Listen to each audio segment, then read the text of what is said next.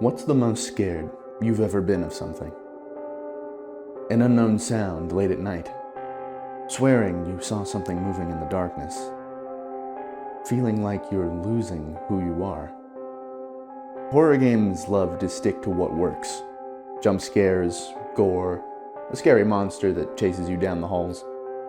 But few tend to do more than dip their toe into humanity's most primal fear, the unknown.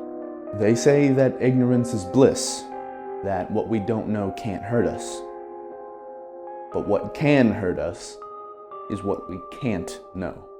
Howard Phillips Lovecraft was an American writer who spawned a new genre of horror through his short stories and novellas centered around cosmicism, the idea that humanity is an insignificant part of the wider cosmos, and that we can never possibly hope to know what all exists beyond our understanding. The idea itself is wholly incompatible with our human-centric view of the universe, and as such, it exists as a possible reality that we may never know. It's a subgenre that has garnered much of a following in the last few decades, as the core idea has been fleshed out and interpreted by countless authors, directors, and developers. And yet, when you probably think of Lovecraftian horror, you probably just think of the funny squid guy with wings, who, to his credit, is terrifying in the right context. After all, it was never about how he looked. It was about seeing him and suddenly having the awful realization that there are powers far beyond human control that know we exist and are coming for us. But with that being said, the core idea behind cosmic horror isn't a big scary monster. It's meddling in things beyond our understanding, having our fragile perception of reality morphed and broken into a horrible visage of the truth. Some non-horror games embrace these elements into their story and gameplay exceptionally well. Bloodborne and Darkest Dungeon come to mind. But what about horror games? What games are there that capitalize on this relatively niche genre to terrify the players? Well, surprisingly, not many. There are small indie titles out there that take a swing at the format, and something like Dead Space is undoubtedly inspired by Lovecraftian ideas. But most wouldn't be able to point to a game that truly embraces the meaning of cosmicism. Enter Signalis.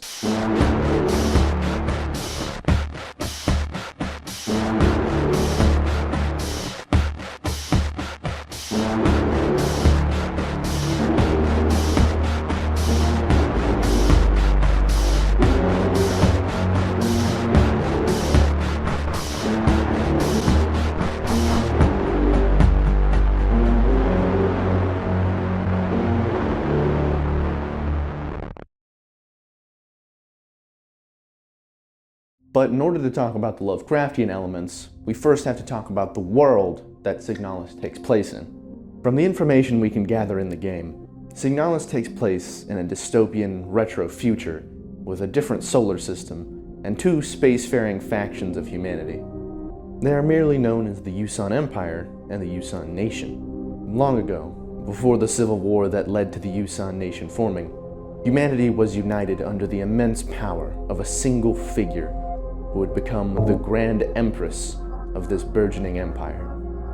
She was a woman who wielded a power that no one had ever seen before, the ability to terraform planets, to bend those who opposed her to the empire's will, and to seemingly give life to automatons. The Grand Empress was the creator of the replicas, biomechanical humanoids that could think and act according to their own will. With the help of the replicas, humanity was able to conquer the void and begin colonizing the planets of their solar system. The Grand Empress used her powers to create an imperial palace floating atop the poisonous clouds of the planet Buyan, which became the capital of the empire. It was here on Buyan that a seemingly religious devotion to the Grand Empress and her abilities was born, with her powers being given the title Bioresonance. The Grand Empress herself claimed that her powers were of a divine sort, and who could contest that claim? The Empress's ability to shape reality and minds made her all-powerful, nearly godlike. Even the name bioresonance conveys the true power of this gift. Resonance is the phenomenon where an object is subjected to an outside force at a certain frequency and maximum amplitude, so that the affected object may absorb the energy from the frequency and respond with a higher amplitude. In the context of Signalis' universe, it is said that reality is enveloped in a song that connects all of humanity, one that cannot be heard or felt, but one that humans morph and deform around themselves. Some are born able to hear the song of the cosmos and fear it, for they have no understanding of what it is they perceive. Even rarer still are those born with the ability to conduct the song, to willingly change and alter the song at command. Those rare individuals are, of course, bioresonants, like the Grand Empress. If the fabric of reality is controlled by a song, and all humans are linked to it, then one who is able to output their own frequencies and have it absorbed by others can control all life. Thus, bioresonance. But even one as powerful as the Grand Empress was not eternal.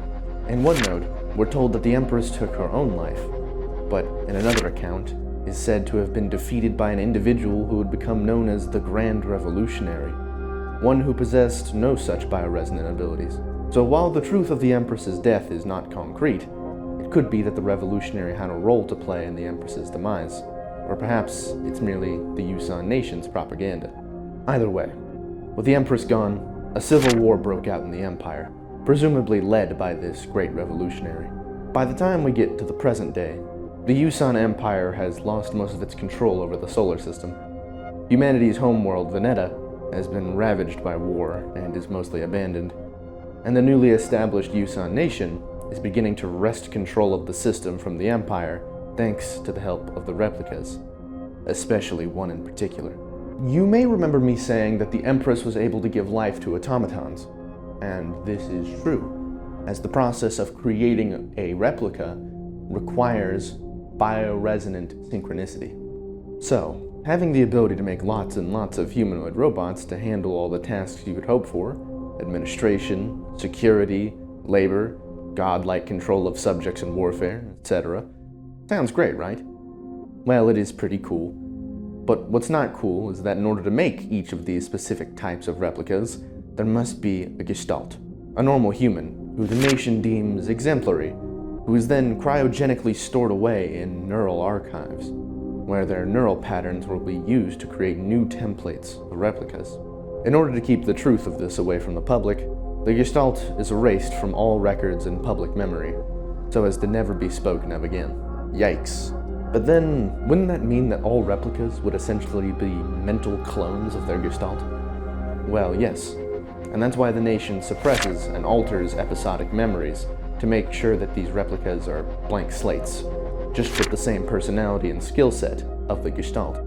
All of this is done to ensure that replicas won't be distracted by memories of their Gestalt life while they should be working. Should particular events or stimuli cause Gestalt memories to resurface, it can affect the productivity of a replica worker. This is a process called persona degradation. There are specific models of replicas made to use bioresonance to keep replicas in order, but should a replica start showing signs of decreased productivity or individuality, then they are to be decommissioned post-haste. In this nation, replica or not, absolute control will be asserted over the individual.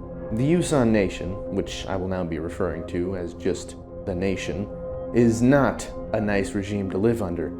It's textbook totalitarianism. The government controls every facet of an individual's life.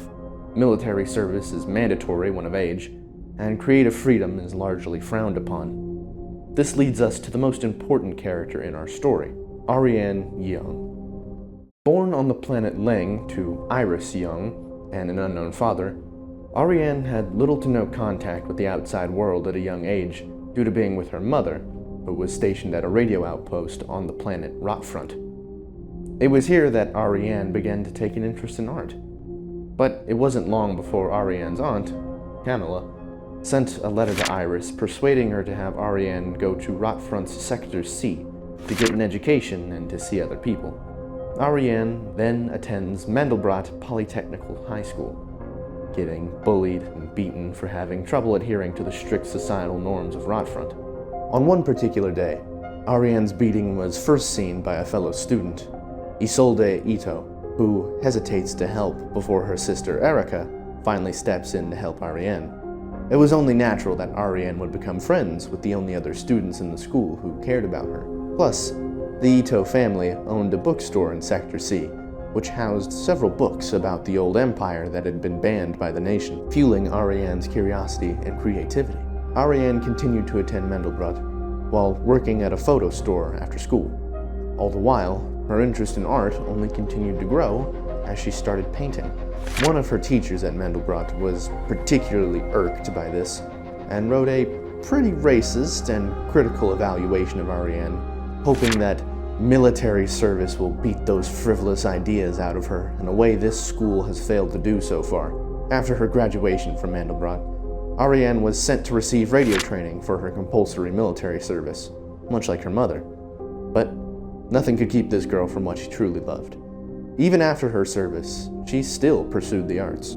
However, Aeon, a governing body of the nation, and those in charge of Ariane's assignment, sent her a notice that if she was not in service to the nation, or had not found employment elsewhere, that she would be sent to the remote re-education facility S-23 Sierpinski on her homeworld of Lang. Having not many options, and seeing it as a way to just get away from the troubles of her life, Ariane would enlist into the Penrose program, an effort from the nation to find new planets to colonize or mine by sending scout ships to the Oort Cloud. Ariane would be accepted into the program and would be assigned the scout vessel Penrose 512, alongside the maintenance replica designated LSTR 512. And so they left, unsure of what they would find or when. Not that it really mattered to Ariane, who simply wanted a space where she could just be herself for once, without authority telling her what she could and couldn't do. She painted, she listened to her music, she relished the new freedom that she had aboard this small vessel amongst the celestial bodies. But after many, many cycles, Ariane started to feel lonely with no human contact and only the mere presence of the Elster unit. So Ariane began to befriend the Elster, despite what the unopened guidelines warned against. Why was there a warning? Well, as usual, it was just to make sure that this Elster unit had no distractions during its work, as photographs, music, and camaraderie could potentially awaken the Elster's memory of her gestalt, Lilith Ito, a soldier who had fought in the Venetan War and is somehow related to the Ito family from Rotfront. Funnily enough, during Ariane's time working at the Rotfront photo store, she'd actually been given a few photos by another Venetan veteran, Rebecca Liang, that included a photo of Lilith Ito alongside her companion, Alina Seo. Ariane saw how much Alina and herself looked alike and wondered about who she was. So, in a letter back to her mother, she sent the photo, to which her mother remarked that they could have been twins. But ultimately, she had no idea if she was related to the family or not. However, keep this photo and these gestalts in mind for later. They'll be very important, so just tuck that away for now. As time went on, Ariane started to feel very comfortable with Elster, writing in a service record that Elster's Venetan accent reminded her of how Erika and Issa Ito would speak, also stating that it's very cute. Aww. It was only a matter of time before the two began their relationship, bonding over dancing, Ariane's paintings, music records, and the movies aboard the ship. Ariane had not only escaped the oppressive grasp of the nation, but had also found her love in Elster. She was happy. On the anniversary of 3,000 cycles together, they shared a romantic evening, dancing, listening to the records, and finally falling asleep together while watching a movie.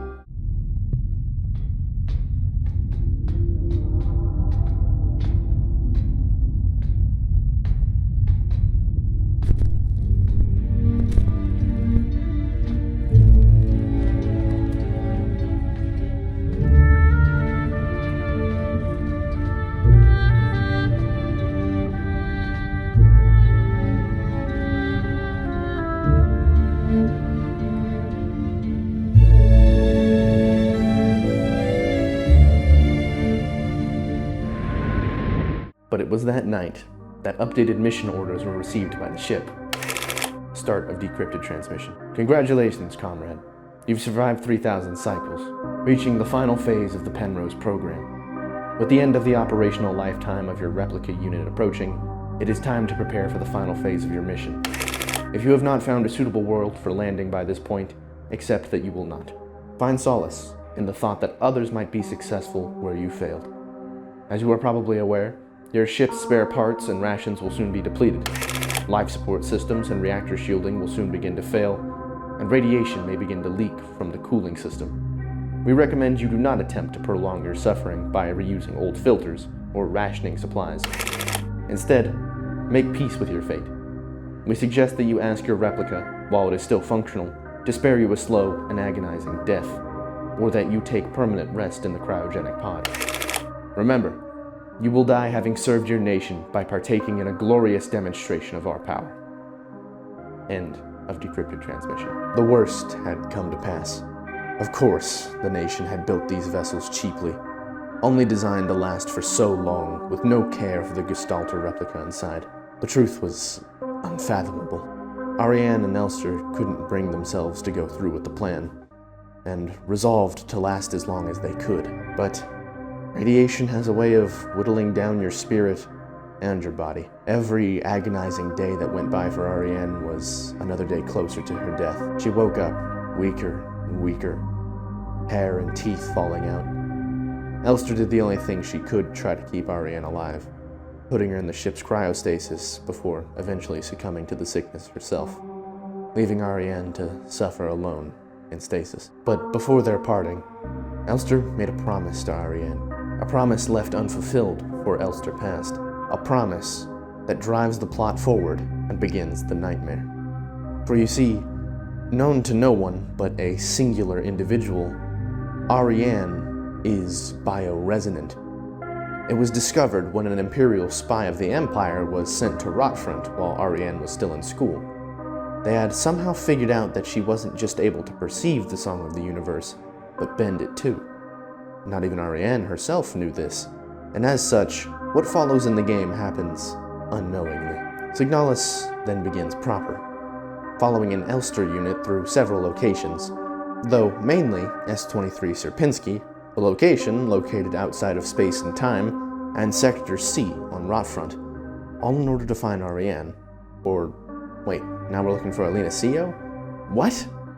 Wait, what's with the other replicas? Why is there flesh everywhere? Who's Falk? What's going on? Well, to start, Signalis is a game that has definitive answers to some questions and very open-ended answers to others. So, all that I will be discussing from here on out will be my personal interpretation of what happened throughout the game, with facts sprinkled in there to back my claims up.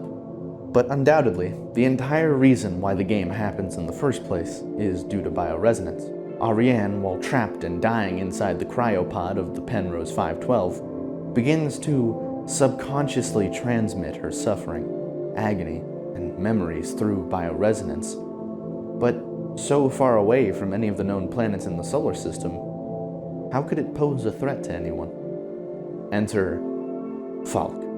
I briefly showed this type of replica earlier, but FKLR units were developed by the nation as superweapons to aid in the Civil War. They were modeled after the Great Revolutionary and her daughter who preceded her, although the modeling must only be cosmetic, as neither Gestalt were bioresonant. So, given the absolute power that Falks wield over bioresonance, it's possible that the Falks were created using the neural pattern of the Grand Empress. They're also, really tall. But anywho, how does a godlike replica template relate to what's happening? Well, there just so happens to be a Falk unit deployed on the farthest planet from the sun in the solar system, Lang, also Ariane's homeworld. Specifically, this Falk is the commander of the Protector Security Force inside that re-education facility I mentioned earlier, S-23 Sierpinski. Being that Lang is the farthest out, it would be the closest planet to wherever the Penrose is.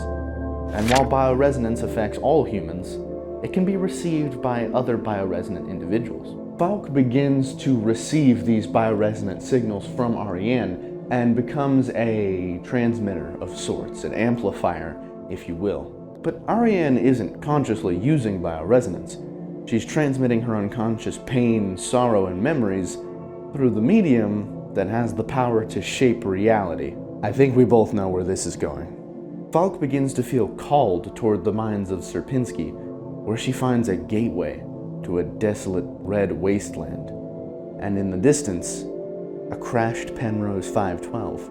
It's my belief that the Penrose never actually crashed, but instead, this repeated visual we see of the crashed 512 is more representative of Ariane's hopes being destroyed. Her greatest joy was aboard the Penrose, after all. Memories that were not her own began to flood Falk's head. Her mind was being overwritten by memories of Ariane and being close to her, but she had never met this person. How was this happening? Falk fell ill and was laid to rest and recover inside Sierpinski, much like Ariane in her pod, much to the concern of her loyal assistant replica, Adler. But as Falk remained dormant in her decaying state, Ariane's cancer began seeping into the very reality itself at Sierpinski, all thanks to Falk's receiving of it. This is around the time when all of the notes we find throughout the facility are being written, right when the confusion is starting to set in. Gestalts began to fall gravely ill. Replicas were starting to experience mental and biomechanical decay, and visions of a deity began to surface in the minds of the bioresident. Gestalts started to melt into fleshy puddles, leaving only dark outlines where they once stood. Replicas were corroded inside and out, cancerous growths growing and mutating inside their frames and turning them against anyone who they saw. But one replica had been noticing something strange happening for a while before this. ADLR-S2301, facility admin and adjutant to Falk, begins writing in a diary shortly before the beginning of the events on Sierpinski, writing about a few things. A strange box with a dial on it, talking to a Calibri unit about getting an Elster unit for the mines, talking to said Elster in the mines a couple days later, and then, having filled this diary and having spent all his currency on a new fountain pen, decides to write in a notebook he found. But another note can be found with almost the same events happening on the same days, with some differences.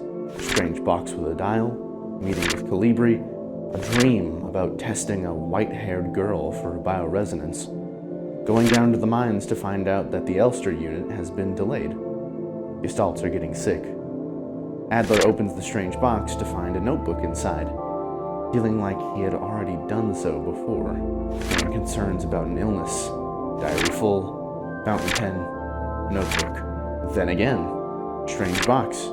Calibri isn't here to help this time. Same dream, though now believed to be from Adler's Gestalt life.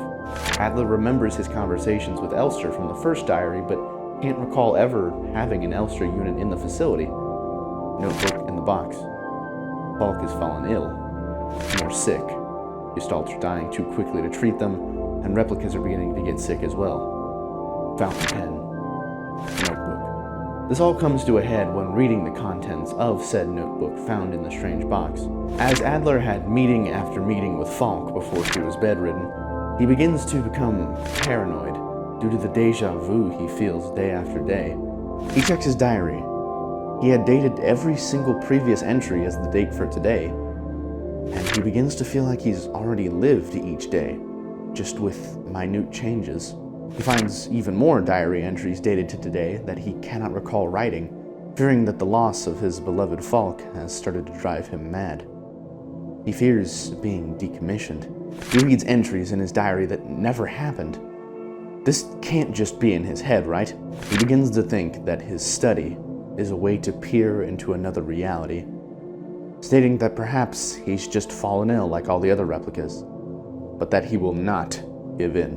He then finally realizes what he's experiencing is a cycle, a loop of events with a slow accumulation of reproduction errors, slightly different each time, and getting worse.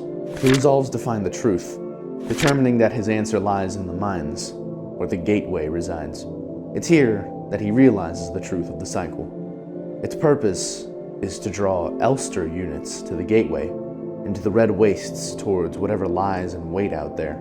He sees Elster units as the reason for the corruption, and resolves to stop any further intervention with the status quo at the facility by killing any and all individuals that don't belong there, especially Elsters. This is why after the first boss of Chapter 1, when Adler pushes us down the elevator shaft, we see countless other dead Elster units. This is further evidence when later, Adler pursues a frightened Issa, who is apparently here in the current cycle to find her sister Erica? More on that later. Where he then says, "I know you're here. I've done this countless times before. You don't belong here." Thus, in an attempt to do the right thing, Adler too falls into the cycle. This brings us to the events of the game, which takes place after many cycles have already happened. We play as Elster S2301, another of the Elsters called to Sierpinski to assist with mining, but was ultimately brought here by the cycle to find someone, like every other Elster that came before her. Though, there's a strange bit of confusion at the beginning of the game, because in the prologue, we pick up a deteriorated photo of Ariane, but when Chapter 1 begins, we now have a photo of Alina Sio. They're even in the same position in the photo. This is where, with all evidence in mind, it becomes apparent that Ariane and Elster are another cycle of Alina Sio and Lilith Ito. I mean, come on. Lilith is Elster's gestalt, so naturally they look the same, and to an extent are the same person. And Alina Sio was her companion during the war that happens to look nearly identical to Ariane. So, to Elster S2301, she's come here to find Alina Sio, presumably believing her to be here because of her persona degradation, resurfacing memories of her Gestalt life. The game tries to make all this very confusing, as throughout Sierpinski we can find several notes from Alina where she mentions Elster. But to me, this is all just mental confusion from our Elster.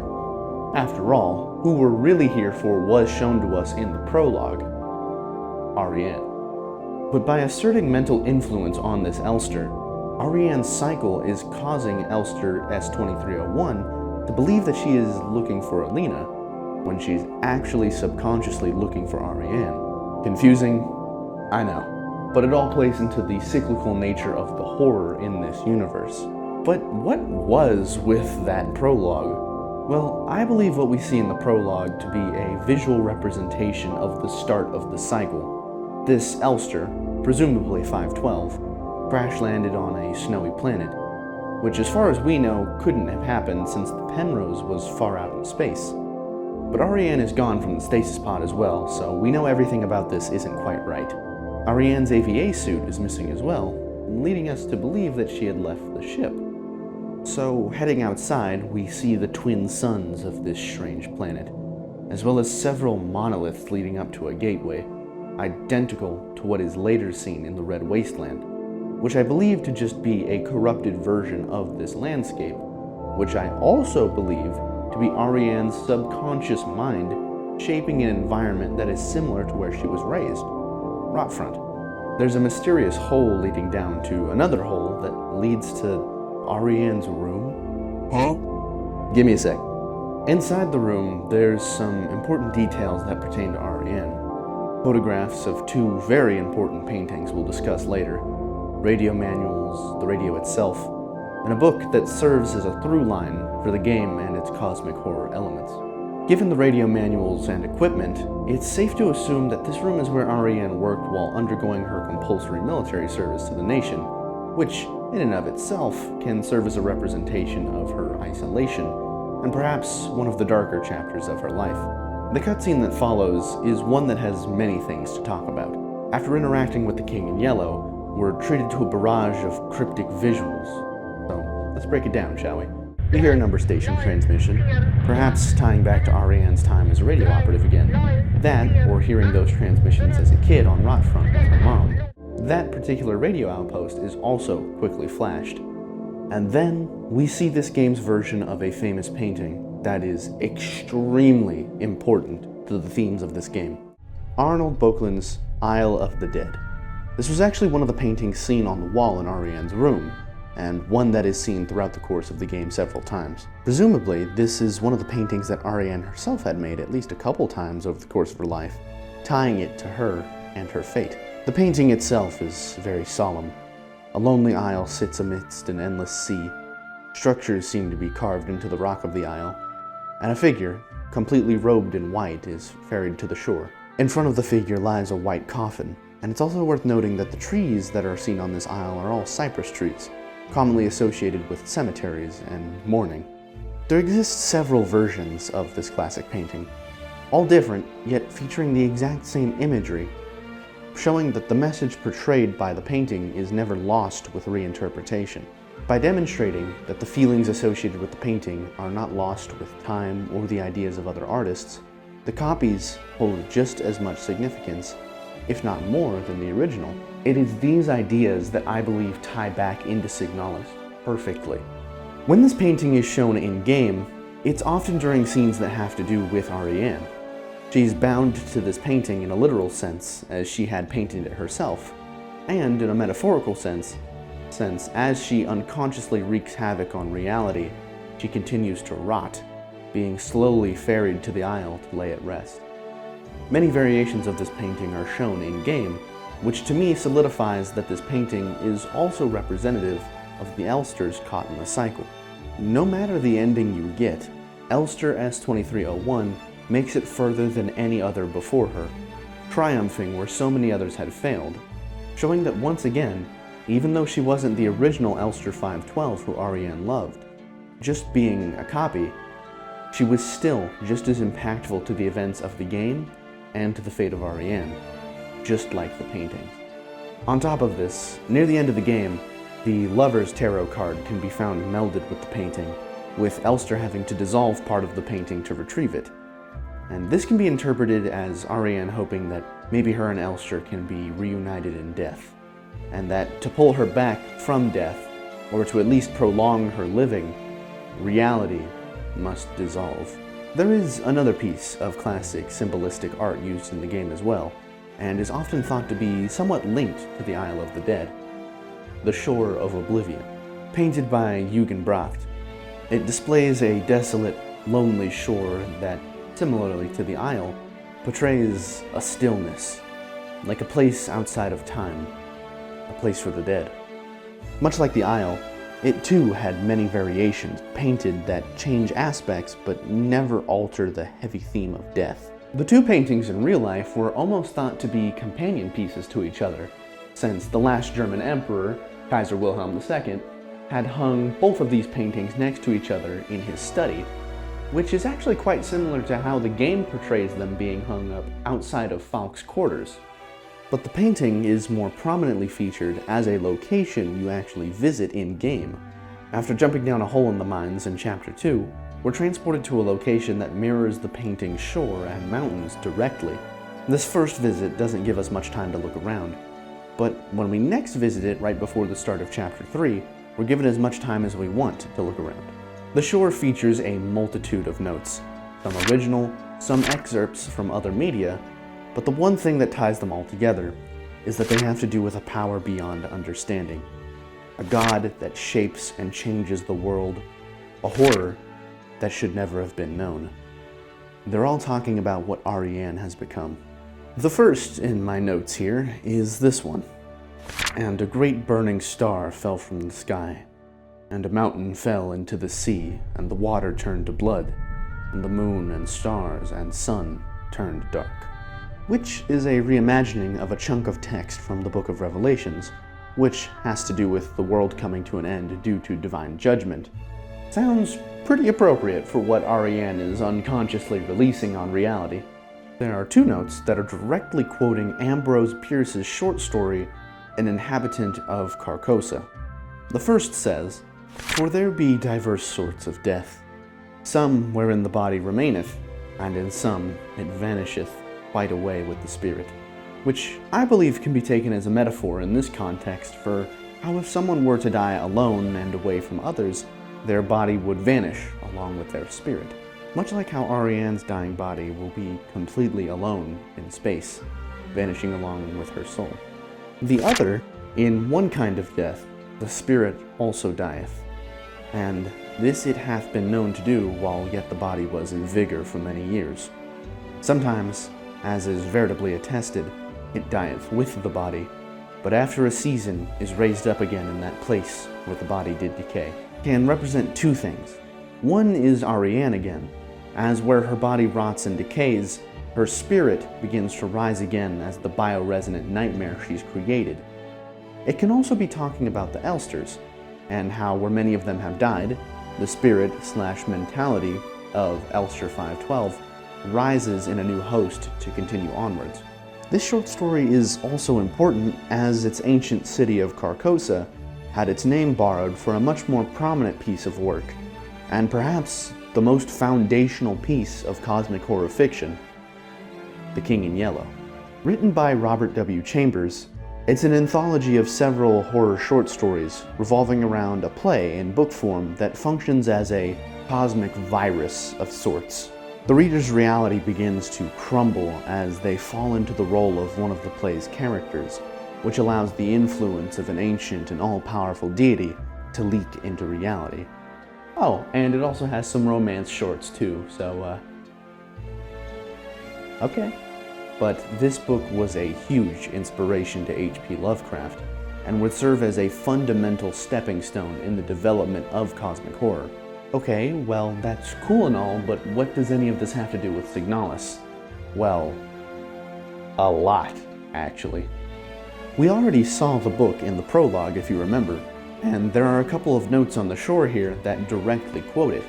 Along the shore the cloud waves break, the twin suns sink behind the lake, the shadows lengthen. Strange is the night where black stars rise, and strange moons circle through the skies. But stranger still, song of my soul, my voice is dead. Die thou, unsung, as tears unshed, shall dry and die. All of these notes are from a song that is sung by a character in the book's play, Isilda. They exist to paint the picture that this place, this strange and unknowable land of Carcosa, is an ever-changing and eldritch place that the king, that deity from before, has power over. In this context, Carcosa could represent Lang or just Sierpinski S23, as they both find themselves in an unknowable, morphing and changing state due to Ariane and Falk. Plus, in the prologue of the game, the environment even has the twin suns like in the note.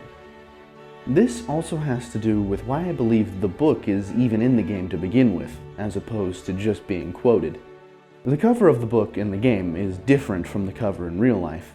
Here, the king wields a sword and is surrounded by stars and a halo. This imagery is actually a repeated motif in the game, as it always represents bioresonance. The Calibri units all have the 3 stars on their forehead, and so does Falk, alongside also having the same kind of halo. Hell, the Grand Empress is also represented with this imagery.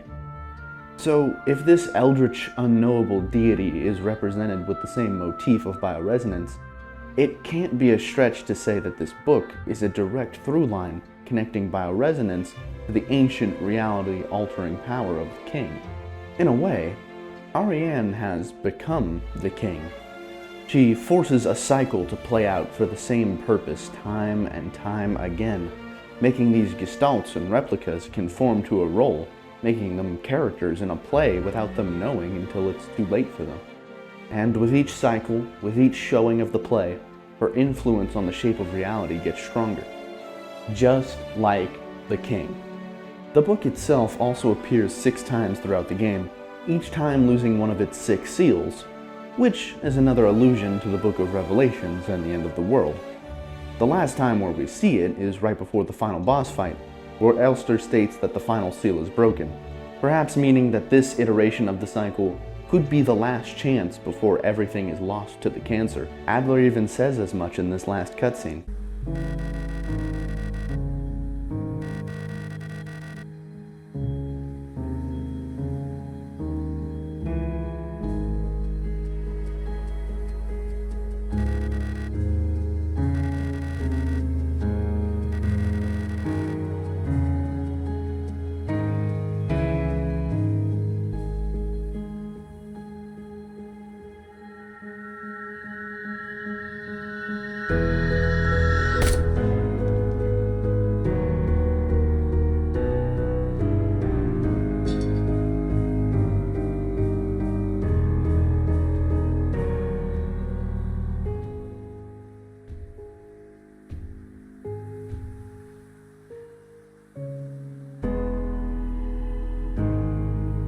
which, depending on what ending you get, really could be the end of everything.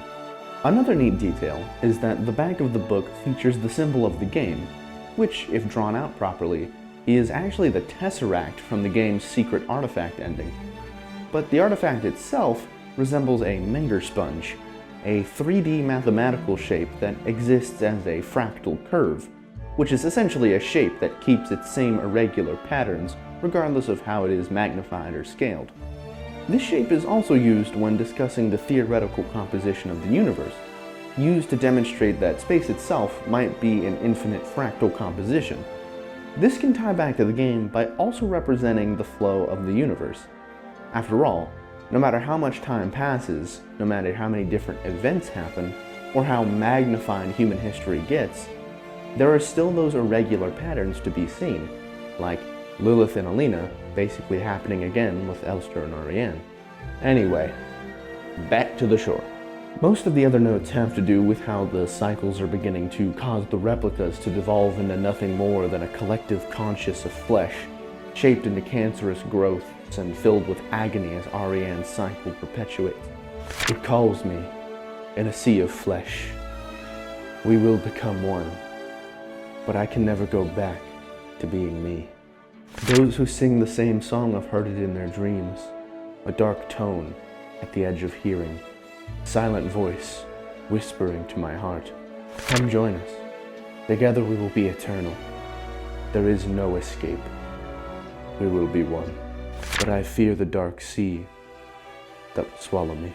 Something old, far older than humanity, sleeps deep below the ground. Those of us who can hear its call in the night, an invitation, an ocean of memories where I ends and we begin. This is also backed up by a note found in the nowhere location of the game called The Dreamer, a prison from which the only escape is death.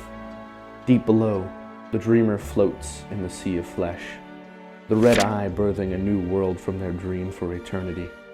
And each time the dreamer turns over in their sleep, the world turns over too, until only flesh remains. And finally, we have a note that is a direct quote from H.P. Lovecraft's The Festival. Great holes are secretly digged where earth's pores ought to suffice, and things have learnt to walk that ought to crawl. We should have never left the primordial soup. Only through death can I escape the call of the one who rules above all life. That second part is original from all that I could tell, but this quote really doesn't even need to be interpreted for this game. Both in its original context and in the context of the game, it means the exact same thing. The natural order has been corrupted, and what should be no longer is. This quote is also seen in the prologue and serves as a thesis of sorts for the game's events.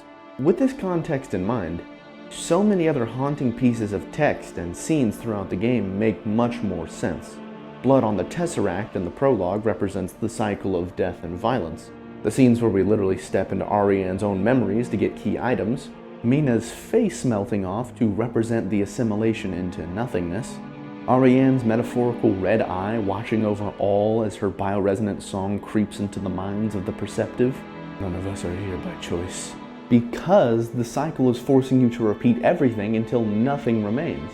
This screen with the text Zyklus is German for cycles, and has the symbol for Rotfront as seen later in the game, which once again ties it all back to Ariane. And there's so much more than that. This game is littered with little hints and nods towards the truth, but it keeps it cryptic enough to remain chillingly vague.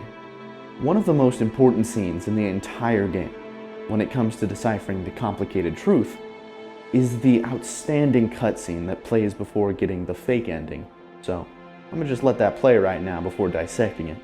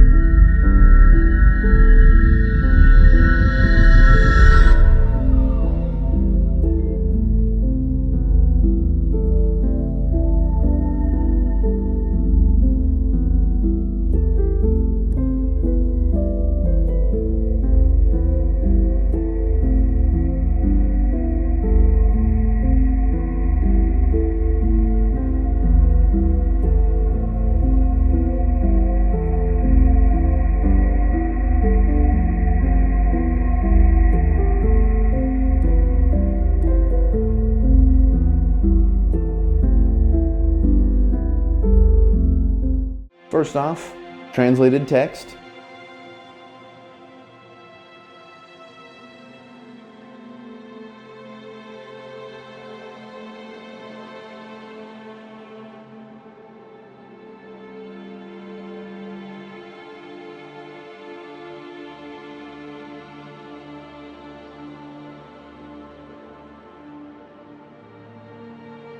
In this part, we see Alina Sio change into Ariane, who then changes into Falk, which shows the melding of personalities caused by bioresonance.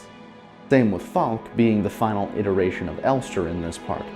We know from prior notes that Falk is completely taken over by the persona of Elster 512, so this checks out.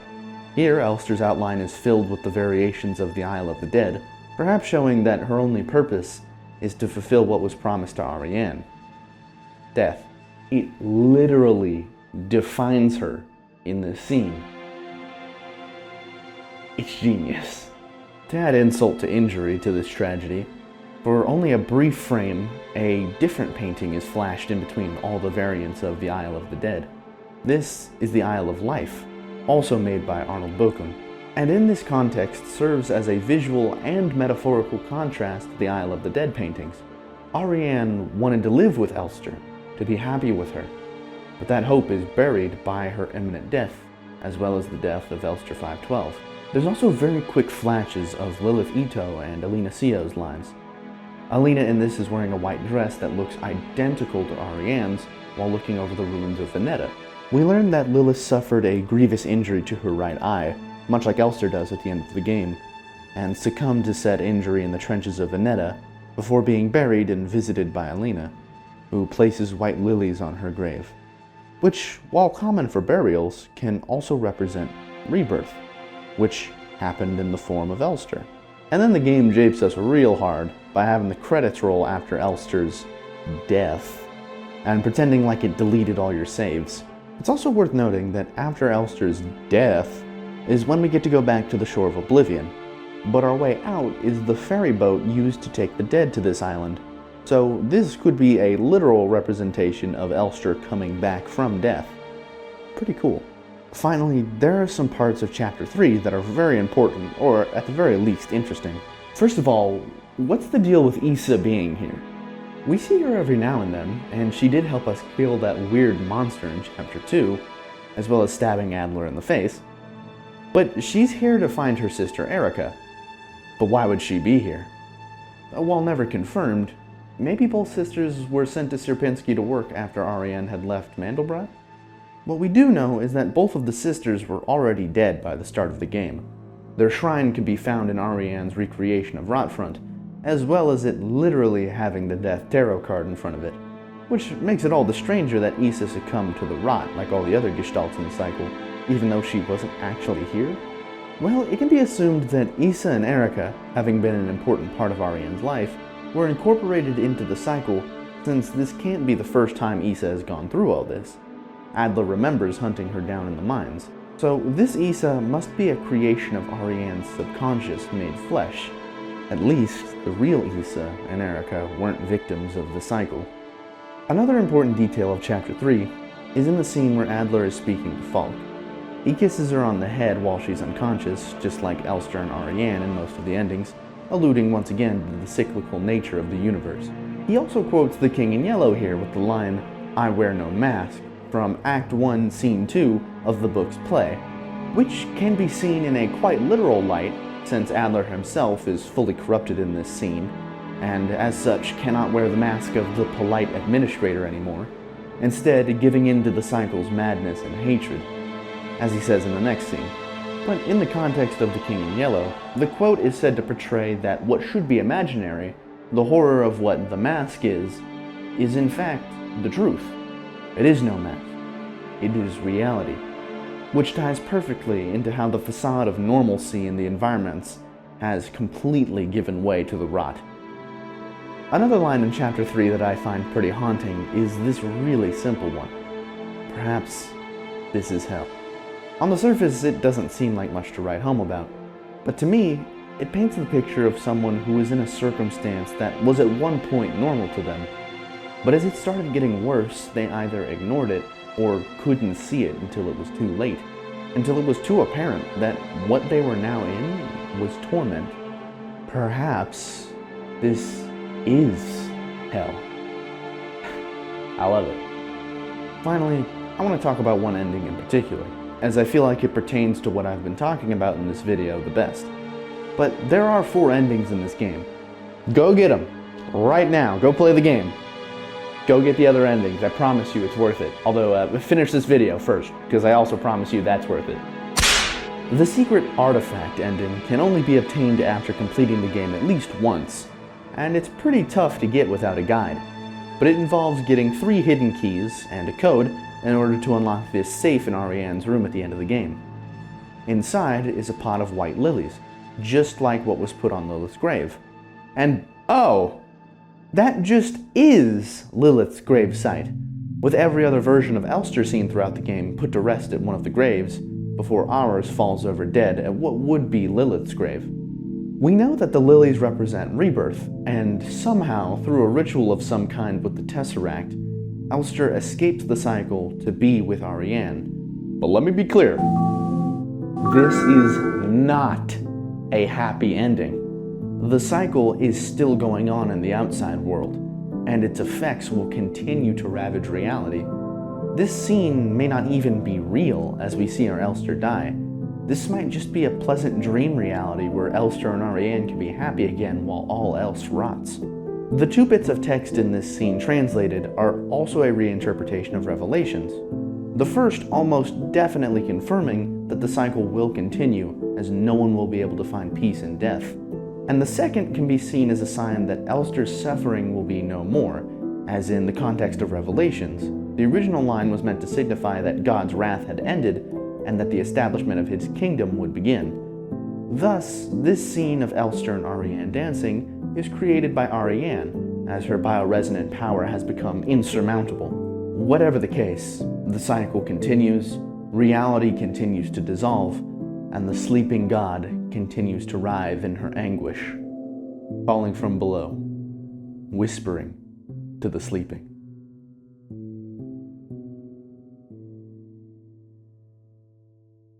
Wait a second, I forgot something! Look at these super ominous hidden messages found on screen when a corrupted Calibri unit is psychically assaulting you. All of them tie into the themes and literature we've discussed, which is really neat. And the fact that these appear on screen so briefly and in German makes them all the more spooky. And I'm also going to go off script here again. By that I meant, more spooky in the way that when you see text that you can't normally understand, it kind of gives a more mysterious, kind of creepy vibe to it. Not that German itself was necessarily scary. Gluten Tag and all that, oh, shiver me timbers. But anyway, now that's it. Signalis is a masterpiece, not only in interpretive storytelling or in gorgeous visual presentation, but in actually enmeshing cosmic horror literature and its themes into the game's story, universe, and horror. There will never be another game like Signalis. It truly is one of a kind, and stands out so far above any other retro survival horror game.